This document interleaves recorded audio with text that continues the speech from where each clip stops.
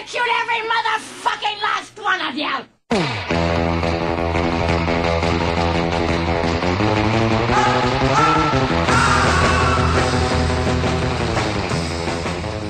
Ok. Nós estamos aqui com o novo desembargador e com o Ricardo Rodrigues, correspondente do Estadão. Vamos conversando aqui, eu estava falando com o senhor em off aqui, dessa situação e da torcida que nós tivemos para a sua nomeação. Porque é um processo completamente distorcido da realidade, né? Se há uma eleição, cria-se uma perspectiva de uma eleição democrática, se escolhe 6, depois esses 6 viram 3 e depois nós ficamos numa torcida cruel do desejo do governador. Isso é democracia? Isso é um procedimento previamente fixado, um procedimento que desta vez teve uma grande novidade, que foi a consulta ampla aos advogados, que até então quem escolhia? Escolhia o Conselho da Ordem, que é uma reunião de 20 ou 30 advogados. Dessa vez não, dessa vez foram os advogados todos que escolheram a lista sexta, que é a primeira lista. Eu tive a sorte de estar colocado em primeiro lugar nessa lista. E isso foi, a meu juízo, absolutamente importante para que eu fosse colocado a seguir na lista tríplice e para que isso fosse um argumento para que o governador Teotônio Vilela me escolhesse. Mas nós ficamos torcendo muito, não foi, Ricardo? Houve uma torcida muito grande, né? Houve uma torcida e houve uma manifestação também. Por exemplo, a gente aqui no MSCC, a gente divulgou uma nota de solidariedade e de apoio à indicação do Tupimé por conta do histórico dele, sempre presente nos movimentos sociais, sempre presente nos movimentos políticos, sempre no movimento jurídico, né? Junto à OAB, junto aos direitos humanos, em defesa da população, dos membros assistidos, né? Dos presos, ele como secretário de Justiça. Então, eu acho que tudo isso pesou e foi decisivo. A votação que ele teve dentro da categoria dele, que é a OAB. Foi bastante significativo. Pode não ter sido decisivo, mas que foi importantíssimo. O próprio governador, numa conversa reservada, me confidenciou. E disse que, embora a minha votação não tivesse sido determinante para a sua escolha, para a minha escolha, para a escolha dele, acabou sendo um argumento importantíssimo.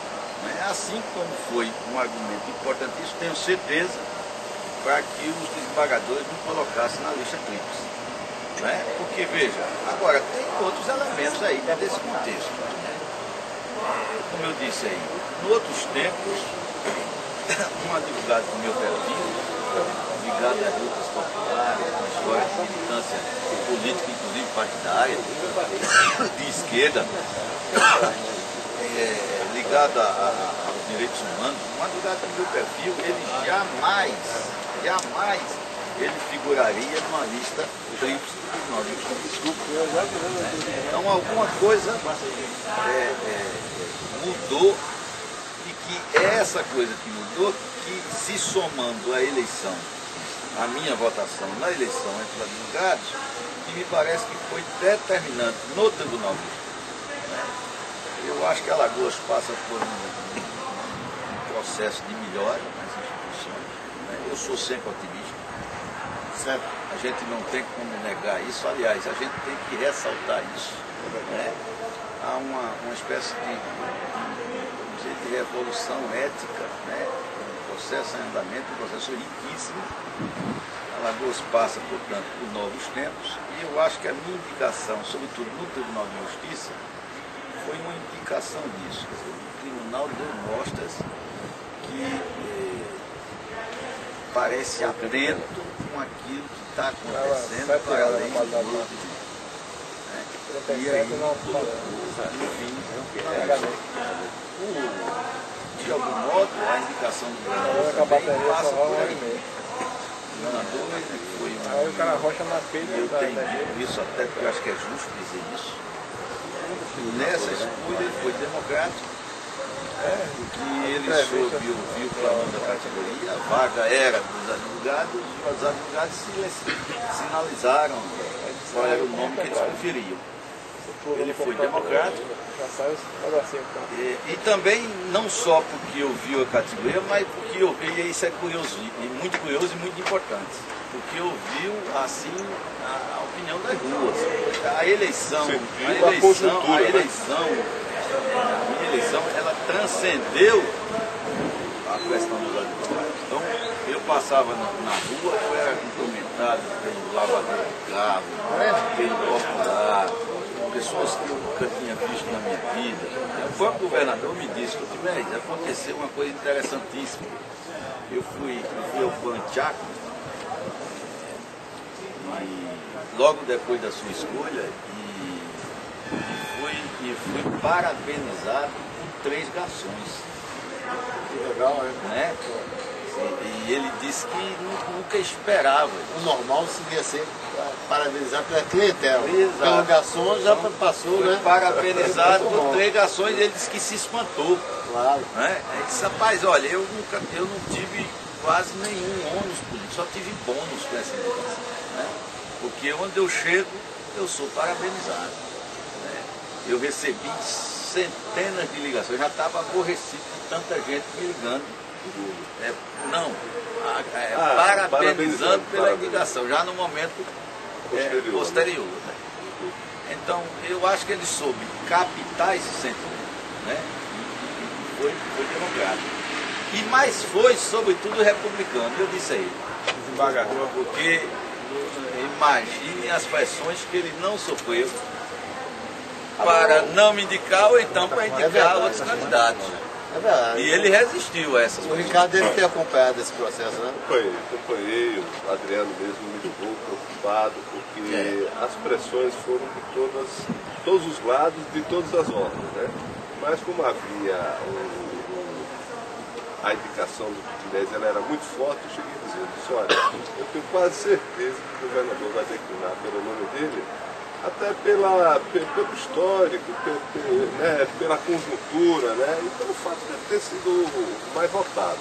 E lembrei até, fazendo um paralelo com o caso do Procurador-Geral de Justiça, o Eduardo Mendes, que foi também escolhido numa lista tríplice, mas como ele foi o mais votado na categoria dele, a votação dele em relação aos demais foi expressiva, eu acho que isso também pesou pelo governador, pelo fato do governador ter declinado pelo nome do Eduardo. Eu acho que foram 2 boas escolhas e com certeza que eles vão corresponder, principalmente com relação ao Putinés. É um cara que já tem esse histórico, já tem essa luta e veio numa boa hora, porque no momento que a gente pede um desembargador do Sapucaia, a gente ganha o Putinés. E aí, Nelson? Doutor Totumés, o senhor se sente tranquilo com essa responsabilidade de queira ou não queira substituir um doutor Sapucaia, um paladino da moralidade? Como o senhor se sente com essa responsabilidade, com esse clamor popular? Eu me sinto assim, extremamente consciente da expectativa em torno do meu desempenho. Acho que é uma responsabilidade enorme. É preciso entender que eu não sou gestor do tribunal. Eu sou apenas um membro dentro do colegiado. Né? E a minha atividade dentro do tribunal vai ser atividade no sentido evidente de ajudar a transformá-lo, ajudar o tribunal a avançar. Né? E ajudar o tribunal a avançar significa, fundamentalmente, persuadir os meus companheiros de trabalho em torno de algumas ideias interessantes que podem fazer com que o tribunal se aproxime mais da população e, como todo e qualquer bom cidadão, ser um agente fiscalizador dos atos administrativos. Né? Então, nesse instante, tenho consciência dessa tarefa, desse papel e vou tentar desempenhar esse papel da melhor maneira possível. Desembargador, o Tutimés, posso chamar de Tutimés? Claro. Esse desembargador já pegou? Não, já pegou? Eu não me acostumei ainda com esse apelido. Olha só, eu estava discutindo aqui e estava achando, isso é uma opinião minha, viu, Ricardo? É o seguinte, esse movimento, quando eu, pelo telefone, conversei com o venerano e falei para ele do movimento dos deputados para mobilizar população de 40 mil pessoas, que eles diziam para mim que iam conseguir juntar nessa manifestação do dia 17, parecia para mim uma informação de que os deputados estavam levando 40 mil pessoas. Deputados de uma votação insignificante, né? De 200 e pouco, de 500 e pouco, 1000 e pouco votos. Né? E aí eu pergunto para o senhor, não seria adequado, e você, Ricardo, que está à frente também do movimento, que os deputados que assumiram esses mandatos provisoriamente, por enquanto, se afastassem desse movimento e deixassem a sociedade se manifestar sem influência dele, porque parece que nós estamos defendendo o mandato de um deputado de 282 votos, de 500 votos. O que você acha disso? Tu tiver primeiro, depois eu quero saber a sua opinião. Eu mesmo já falei em uma outra reunião do MSCC da seguinte forma: a gente não pode reduzir um movimento tão importante como esse, sabe, a uma manifestação em defesa de suplentes contra titulares corruptos e afastados por corrupção. Não é isso. É um movimento contra a corrupção.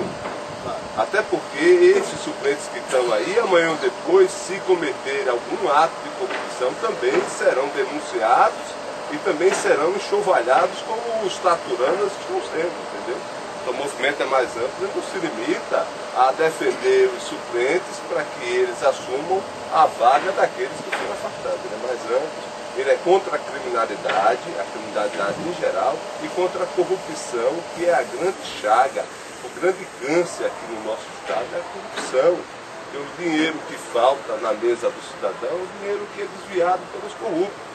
E o Tupinambá sabe disso, e ele tem uma grande contribuição, porque ele no Tribunal de Justiça, amanhã ou depois, vai estar julgando coisas envolvendo corrupção, envolvendo deputados, envolvendo prefeitos, envolvendo políticos em geral, não é isso? A afirmação dele é contundente com relação à opinião dos deputados. Quer dizer, esse movimento é da sociedade em defesa dos mandatos desses que assumiram. Na verdade, é isso que está sendo demonstrado. Porque com a intervenção direta deles, eles estão, inclusive a mídia está ocupando espaço para o movimento, na verdade, o movimento é uma mobilização pela melhora, pelo saneamento das instituições alagoanas, né? Eu acho que isso é o que legitima. Agora, se os deputados suplentes ou se os deputados afastados têm razão ou deixam de ter, eu devo me abster dessa opinião, porque eventualmente eu posso ser chamado a julgar. Então eu não quero que eu seja impedido de julgar, porque estou aqui numa entrevista, ele está aqui há 5 minutos sobre o conflito. Certo. Inclusive o senhor foi chamado para essa reunião, dos sindicatos policiais federais. Eu estava meio distraído e não percebi a sua fala e a sua saída assim, extemporânea da mesa. O que aconteceu? Na verdade, é a preocupação com isso. Quer dizer, a minha vinda aqui foi para agradecer ao movimento, que eu acho que de alguma maneira tem uma parcela significativa de responsabilidade na limitação, né? Mas ao mesmo tempo a minha vinda aqui não pode ser confundida, e é preciso ter muito cuidado com isso, com uma simbologia que o judiciário de Atenas optou por uma decisão à base de, digamos, de pré-julgamentos. É preciso evitar até para que a gente não possa perder o pessoal que vem sem nome, né? Não tem um tempo delícia. Porque eu estava ouvindo ali a mesa, o Isaac, né? O Isaac da CUT, né? Ele estava falando em um dos deputados, um deputado ali se manifestou, e esse deputado teve 500 e poucos votos, e ele estava dizendo que tinha já alocado alguns ônibus. Deu a impressão que 2 ônibus botaria todo o eleitorado dele nos 2 ônibus da base dele. Como é que esses ônibus se propõem a juntar 40 mil pessoas com tanto pouco voto? Hein, Ricardo? Diga aí. Eu gostaria de saber de você, Ricardo, aproveitar a sua presença aqui, para saber disso. nós estamos defendendo e diferenciando os pouca urna ou os corruptos? O que está acontecendo aí? O que não pode ficar assim, confuso num momento como esse é que o movimento é em defesa dos suplentes. Isso. É em defesa de quem teve 300 ou 400 votos e entrou na vaga daquele que comprou 20, 30, 40 mil votos. Entendeu? Exatamente. O movimento, ele é um movimento mais amplo. Ele é contra a corrupção e a criminalidade. No momento, ele está chamando a população para participar contra o vetor dos carros, porque essa turma que assaltou a Assembleia Legislativa, roubou quase 300 bilhões de reais, essa turma não pode voltar nunca mais para a Assembleia Legislativa. Seja agora nessa legislativa, seja na próxima, porque a eleição vai ser em 2010, e a gente tem que conscientizar o eleitor para rejeitar esse tipo de político, entendeu? Então ele não é um movimento dos suplentes, é um movimento mais amplo. Agora é claro que os suplentes, os primeiros beneficiados do afastamento desses deputados titulares envolvidos com a corrupção, eles estão participando, estão dando uma ajuda ao movimento, porque é preciso também uma ajuda para deslocar pessoas para cá, para o centro e tudo mais. Essa ajuda é bem-vinda e não é só dos deputados suplentes. Ajuda dos sindicatos, das centrais. A gente tem aqui 3 ou 4 centrais sindicais participando aqui. Tem a CUT, tem a CGT, tem a CGTB, tem a Força Sindical, tem a Conlutas, entendeu? O que eu acho mais importante desse movimento, do MSCC, é que ele consegue reunir, entendeu, os contrários. Entendeu? Ele traz sindicato aqui, tanto da base da CUT, como da CGT, do PCdoB, do PT, do MST, os movimentos sociais todos unidos, participando de uma luta contra a corrupção. Não é uma luta em defesa dos suplentes que querem ocupar as vagas daqueles que foram afastados. Isso deveria ser bem trabalhado, né? Porque hoje está havendo uma confusão. Inclusive eu vi uma discussão no shopping que colocava esse ponto, assim, vamos mobilizar a população para defender o mandato de quem tem 282 votos. Agora é difícil mobilizar exatamente por isso, porque durante muitos anos esses deputados que estão aí, que foram afastados, eles tiveram guarida das instituições. Eles foram denunciados. Eu me lembro que eu era do Eixo e denunciei esses caras que estavam estaturanos. Eles estavam envolvidos, foram denunciados na CPI do narcotráfico, entendeu? Por envolvimento com crimes de mando, com crimes de pistolagem, com roubo, com assalto, roubo de carga, roubo de carretas e tudo mais. E resultado, a denúncia que foi feita contra eles, e depois foi engavetada. E fica difícil, num momento como esse, de você mobilizar a população em geral para se voltar contra esses caras, quando, durante muitos anos, eles dominaram a cena política. Até pouco tempo atrás, eles conviviam muito bem com outras autoridades nas solenidades mais diversas dentro da nossa sociedade, aparecendo em televisão, dando entrevista e tudo mais, como se fossem pessoas normais, mas são verdadeiros facínoras, caras que não têm nenhum respeito nem pela vida do seu próximo, do ser humano, que já mandaram matar, inclusive, e roubaram o dinheiro que faz falta nos hospitais, nas escolas, na segurança pública, na habitação e em todas as áreas. Existe uma denúncia, um boato, está circulando na cidade, de que muitos ônibus virão em apoio aos afastados e que está se preconizando uma guerra civil, uma luta armada, um quebra-quebra geral no centro da cidade. O que o Estado vai fazer? O que vai acontecer? A coordenação do movimento tem muito cuidado com isso. E efetivamente isso pode vir a acontecer.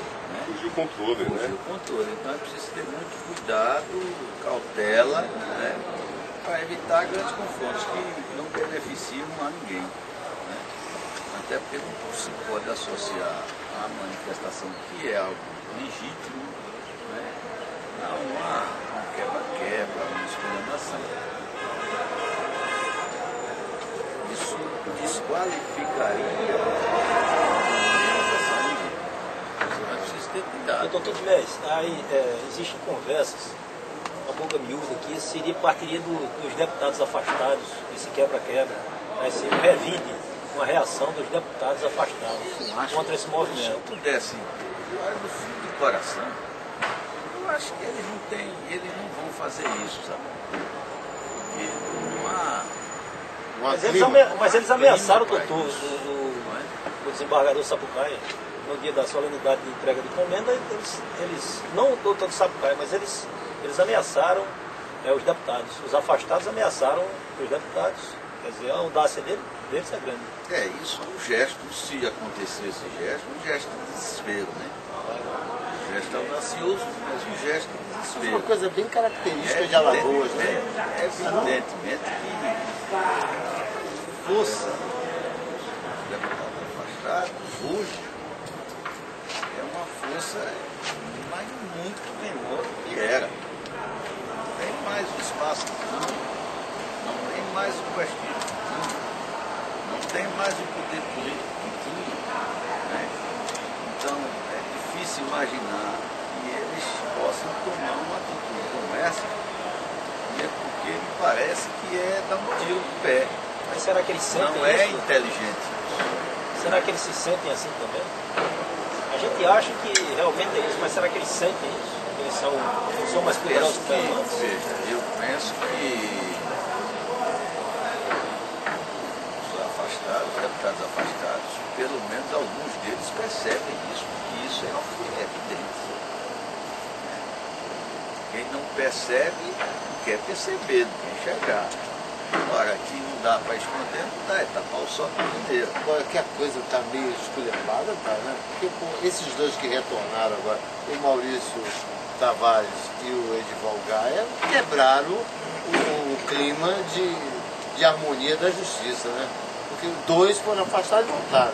Mas dois foram afastados e voltaram por decisão do ministro Gilmar. E porque a segunda ação não os atinge.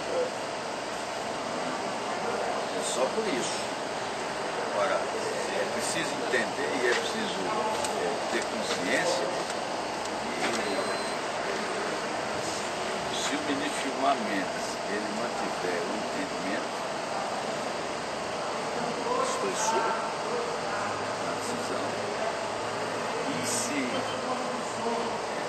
a luta jurídica dos deputados afastados chegar até o Supremo Tribunal Federal, é muito provável que o ministro Gilmar reproduza a decisão inicial. De afastar definitivamente? Não, reproduza a decisão inicial dele, que foi de devolver o mandato. Eu devolvi o mandato. Aí o Antônio Albuquerque voltaria a ser o presidente da mesa, a eleição. Aí teriam que fazer nova eleição. Mas é muito provável que o ministro Gilmar ele reproduza a decisão que tomou. A não ser que ele tenha mudado de opinião. Que há detalhes técnicos, veja, toda decisão jurídica ela tem uma dimensão técnica, ela tem uma dimensão política e ela tem uma dimensão pedagógica. A decisão do ministro Gilmar ela pode até ser criticada no seu aspecto pedagógico e no seu aspecto político. Mas são decisões que, do ponto de vista técnico, são decisões muito bem construídas, muito bem assentadas. Não se está lidando com um homem qualquer. Se está lidando com um homem muito inteligente, tecnicamente muito preparado. É possível que, tecnicamente, ele reproduza a decisão que conduziu o deputado Maurício Tavares e o deputado Edival Gaia, ele reproduz em relação aos outros. Não sei se a luta jurídica dos outros vai chegar em tempo hábil até o Tribunal, até o Supremo Tribunal Federal. E, por consequência, às mãos do presidente Supremo, que é o ministro Gilmar. Se chegar, é muito provável que volte. Olha só, Ricardo, aí o movimento, volta ao movimento, a origem do movimento. Então a pressão popular é para que isso não aconteça, que o Gilmar Mendes fique sensibilizado com essa manifestação e mantenha esses deputados sem voto na Assembleia? A manifestação, como eu já disse, ela é contra a corrupção. Esses deputados que foram afastados, comprovadamente eles se envolveram no maior escândalo de corrupção já registrado na Rússia, em 300 milhões que eles enviaram. Então eles, do ponto de vista da manifestação do povo, eles não têm mais capacidade moral, nem credibilidade para retornar ao trabalho. Só para interromper, mesmo que a vocês justiça estão vendo o que o Ricardo está falando? Qual é a base que ele tem a base de dizer que houve um desvio de dinheiro se a justiça não se manifesta, não pune e não caça esses homens? Que coisa maluca. A base são as provas que estão contidas na investigação da Polícia Federal. Entendeu? O dinheiro é uma coisa objetiva, ele não entra e sai assim do nada. Se ele entrou e saiu, alguém manipulou. E ao manipular, tirou-se proveito. Fortunas foram amealhadas. De forma que foi comprovado que o dinheiro do Duodécimo ele estava. Houve inquérito, não há inquérito? Há um inquérito concluído. A bateria está acabando. Vamos decidir isso aí. E o inquérito, e a punição, e a justiça? O problema é o seguinte, veja, detalhe, até que a população como um todo não entende. A providência de afastamento dos deputados foi uma providência que tecnicamente a gente chama de providência cautelar. O que é uma providência cautelar? É uma providência essencialmente provisória. O que é cautelar não pode ser confundido com definitivo. Então, ou se julga o processo com absoluta celeridade, ou a exigência de provisoriedade do afastamento vai estar comprometida e será argumento fortíssimo para devolver a eles o mandato. Compreende? É uma questão. Entendi. É isso que eu estava querendo colocar. É uma questão técnica. Quer dizer, a justiça tem de agir, O afastamento, Exatamente. O afastamento é extremamente precário, do ponto de vista jurídico. Mas é preciso que esse afastamento, se consolide do ponto de vista popular. Então a mobilização na rua é quem vai garantir o afastamento em definitivo desse